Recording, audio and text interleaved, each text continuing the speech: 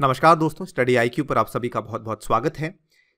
Very recently अपने जो foreign minister हैं डॉक्टर एस जयशंकर, उनका एक इंटरव्यू हुआ द हिंदू के साथ और ये काफ़ी एक्सटेंसिव इंटरव्यू था, काफ़ी लंबा इंटरव्यू था। और इस इंटरव्यू में ऑलमोस्ट आप ऐसा मान लीजिए कि द हिंदू ने उनसे कई सारे सवाल पूछे, जिसमें कि यूएसए, पाकिस्तान, उसके बाद नेपाल, उसके बाद आरसीईपी को लेके जो इंडिया ने ज्वाइन क्यों नहीं किया, इसके बारे में बातें, एंड चाइना के बारे में, ऑलमोस्ट हर चीज़ के बारे में इनके साथ बातचीत की गई। इनफैक्ट रिसेंटली हमारे विदेश मंत्री डॉक्टर एस जयशंकर की एक किताब लॉन्च हुई थी, उनके बारे में भी इस पर्टिकुलर इंटरव्यू में बातचीत की गई। लेकिन इस वीडियो में हमारा जो फोकस रहने वाला है, we are going to talk about the standoff between India and China, जो कि फिलहाल LAC पे चल रहा है, जिसको अब लगभग ऑलमोस्ट 8 मंथ्स होने वाले हैं और अभी तो कोई रेजोल्यूशन सामने नहीं आया है। इस स्टैंड ऑफ को लेके डॉक्टर एस जयशंकर का क्या कमेंट्स थे, क्या सवाल पूछे गए, क्या उनके द्वारा जवाब दिए गए, उसके बारे में हम इस वीडियो में बात करेंगे। चलिए स्टार्ट करते हैं मेरे साथ। मेरा नाम है अनिरुद्ध। इस लेक्चर की PDF को यदि आप लोग डाउनलोड करना चाहते हैं तो मेरे टेलीग्राम चैनल से कर सकते हैं। इसके अलावा सोशल मीडिया पे भी आप मेरे साथ जुड़ सकते हैं। अपनी क्वेरीज को आप मुझसे इंस्टाग्राम पे पूछ सकते हैं। स्टडी आईक्यू ऐप को डाउनलोड करना ना भूलें from the Google play store. और इस ऐप पे हमने आपकी UPSC की तैयारी को आसान करने के लिए कोर्स लॉन्च किया है पास्ट प्रीलिम्स डिस्कशन का। यदि आप आने वाले UPSC प्रीलिम्स की तैयारी कर रहे हैं, ये कोर्स आपके लिए बहुत ही लाभदायक साबित हो सकता है। इसमें हमने पिछले 10 साल के पेपर्स को डिस्कस किया है और इस कोर्स को आप लेस देन 2 वीक्स में खत्म कर सकते हैं।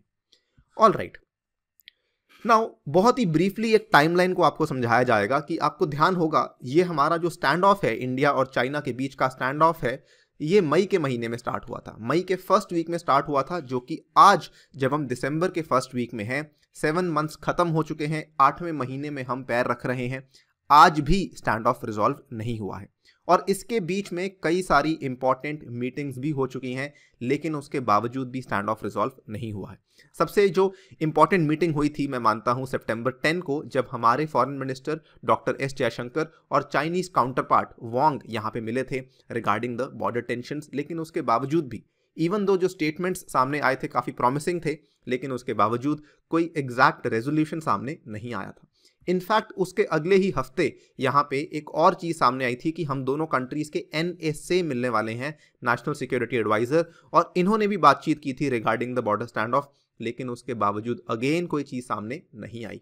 और जो तीसरा फोरम ऑफ टॉक्स है, that is between the military, उसमें 8 राउंड्स पूरे हो चुके हैं। और ये जो लेटेस्ट राउंड हुआ है, ये नवंबर 9 को हुआ था। और नवंबर 9 वाले राउंड्स के बाद भी आपने शायद कई सारी न्यूज़ कटिंग्स, न्यूज़ हेडलाइंस ऐसी देखी होंगी जहाँ पे ये बताया जा रहा था कि ये काफ़ी कंस्ट्रक्टिव था, ये काफ़ी पॉजिटिव था। लेकिन असल में अगर आप स्टेटमेंट को देखें और जो ग्राउंड रियलिटी है, वो काफ़ी हद तक डिफर करती है। जो स्टेटमेंट सामने आया था वो ये था कि both sides agreed to earnestly implement the important consensus reached by the leaders of the two countries, ensure their frontline troops exercise restraint and avoid misunderstanding and miscalculation।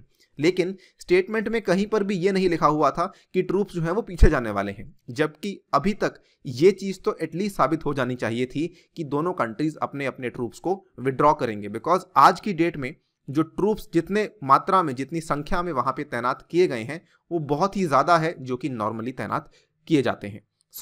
यहाँ पर भी एक चीज़ क्लियर थी कि किसी तरह का यहाँ पे रेजोल्यूशन सामने नहीं आया है। अब इस बीच में हमारे सामने आता है एक बहुत ही महत्वपूर्ण इंटरव्यू, जिसमें द हिंदू ने इंटरव्यू किया हमारे एक्सटर्नल अफेयर्स मिनिस्टर को। और इसमें हम बात करेंगे केवल 2 सवालों की। कई सारे सवाल इनसे पूछे गए, I have told this to you, लेकिन चाइना को लेके केवल 2 सवाल हम जो इनसे पूछे गए थे उनके बारे में बात करेंगे।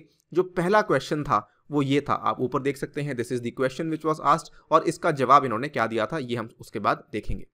क्वेश्चन ये था कि क्या इंडियन गवर्नमेंट का जो रिएक्शन है वो ज़्यादा डिप्लोमेटिक है एज कंपेयर टू चाइना जो कि अपने चाइना के जो एक्शंस वो मिलिट्री डिक्टेट कर रही है, लेकिन इंडिया के जो एक्शंस हैं वो डिप्लोमेसी डिक्टेट कर रही है, जिसके चलते कहीं ना कहीं India is actually, rather than trying to push back against China, India असल में बैकफुट पे है। ये सवाल पूछा गया था। इन्होंने साफ साफ कहा, no no, not at all, not at all. I would say I don't think it is factually true to suggest there has not been a military response, कि ये कहना गलत होगा कि भारत की तरफ से कोई मिलिट्री रिस्पॉन्स नहीं हुआ है।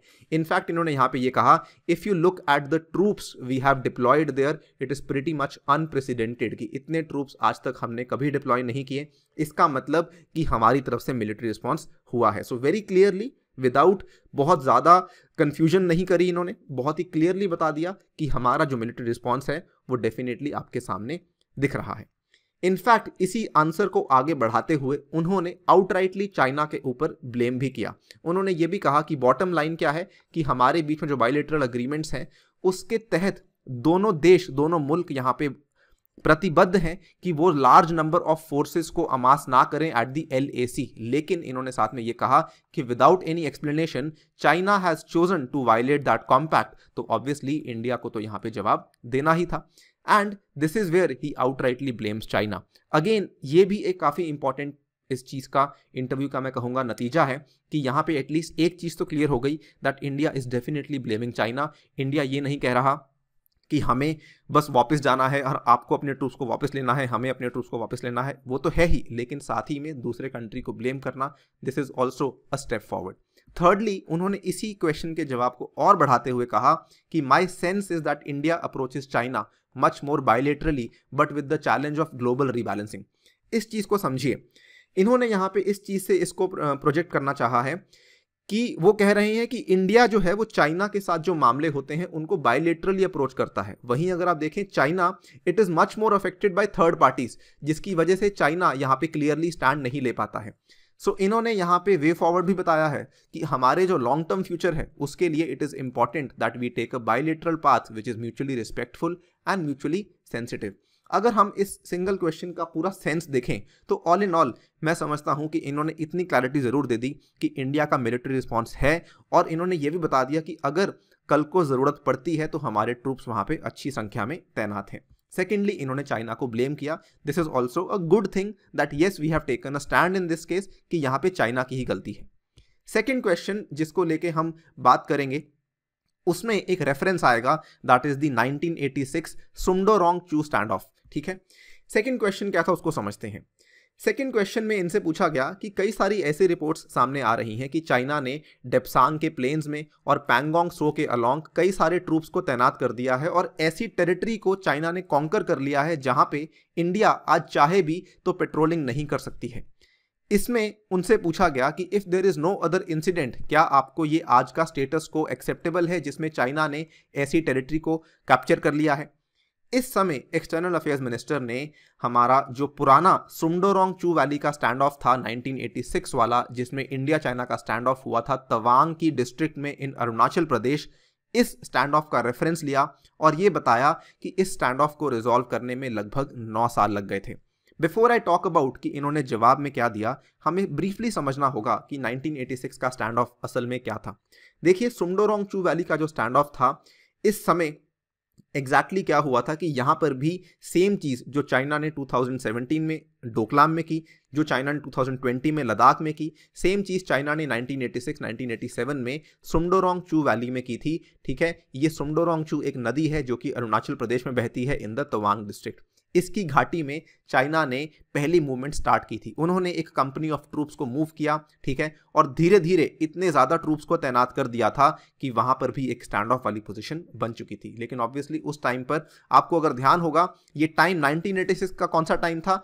इंडिया 1971 की वॉर के बाद बाहर निकल के आई थी। 1971 की वॉर के बाद इंडिया की आर्मी बहुत ज़्यादा स्ट्रांग हो चुकी थी।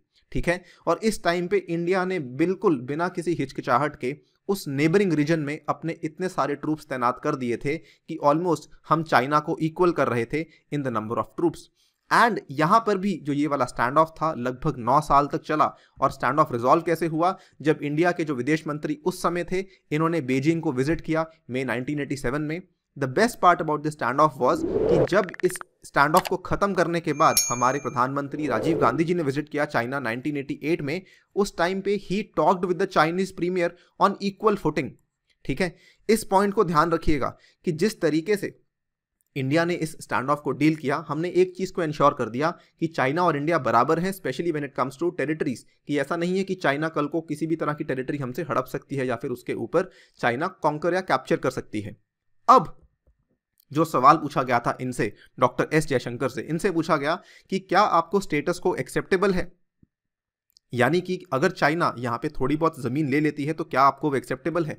तो इन्होंने यहाँ पे जवाब में ये कहा, इन्होंने कहा सबसे पहले तो कि well I don't know if you remember the Sumdorong Chu stand off, ठीक है, I know in this day and age there is a lot of media pressure on you and me, but you know there are complicated issues that will take time and I will go for what is in my interest and my bottom line. इन्होंने clearly बोल दिया है, I will not B स्टैम्पीडेड into accepting something which is less, कि मैं यहाँ पे एक चीज भी ऐसी एक्सेप्ट नहीं करूंगा जिसमें जो मेरा है मुझे उसका समर्पण करना पड़े।